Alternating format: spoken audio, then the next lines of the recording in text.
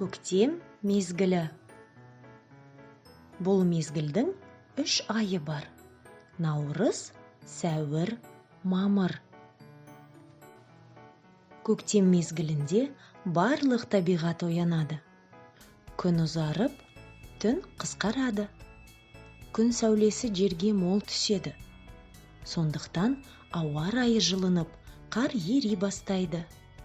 Жылғалардан су ағады. Шатырларда сүңгілер пайда болады. Өзен көлдердегі мұз сынып, ери бастайды. Көктемде жаңбыр жауады. Сәуір айының соңында найзағай ойнай бастайды. Ағаштар бүршік атып, жапырақтар жаяды.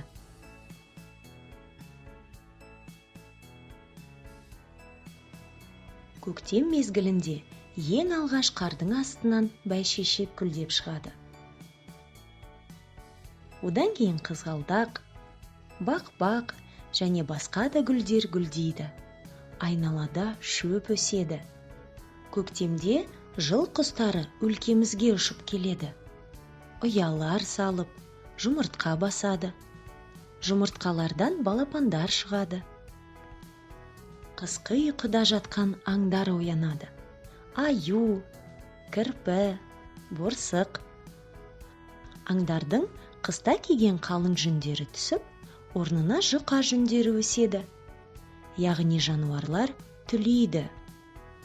Қоян болса, ақ жүнін сұр жүнге ауыстырады. Тиіннің де жүні өзгереді. Ол қыста сұр болды, ал көктемде оның жирен түсті жүні өседі. Барлық жануарлар көктемде төлдейді, яғни олардың балалары туады. Аюда қонжықтар, қоянда көжектер. Жәндіктер қыс бойы ағаштардың қуыстарында, тамырларында тығылып жатса, көктемде олар тіріле бастайды. Аралар, құмырсқалар, көбелектер, қоңыздар, инеліктер және басқа да жәндіктер өздерінің тіршіліктеріне кіріседі. Көктем келісімен егістік жерлерде адамдар егін егеді. Бау-бақшада адамдар көкөністер тұқымдары мен көшеттерін егеді. Ағаштар отырғызады. Күн жылына бастағандықтан адамдар жұқа киім киеді.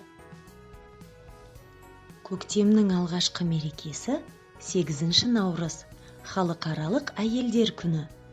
Осы мерекеде біз аналарымыз бен әжелерімізді, әпкелерімізді және барлық әйелдер мен қыздарды құттықтаймыз.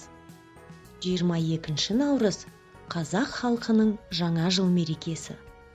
Наурыз сөзінің мағынасы жаңа күн. Бұл күн мен түн теңелетін мереке.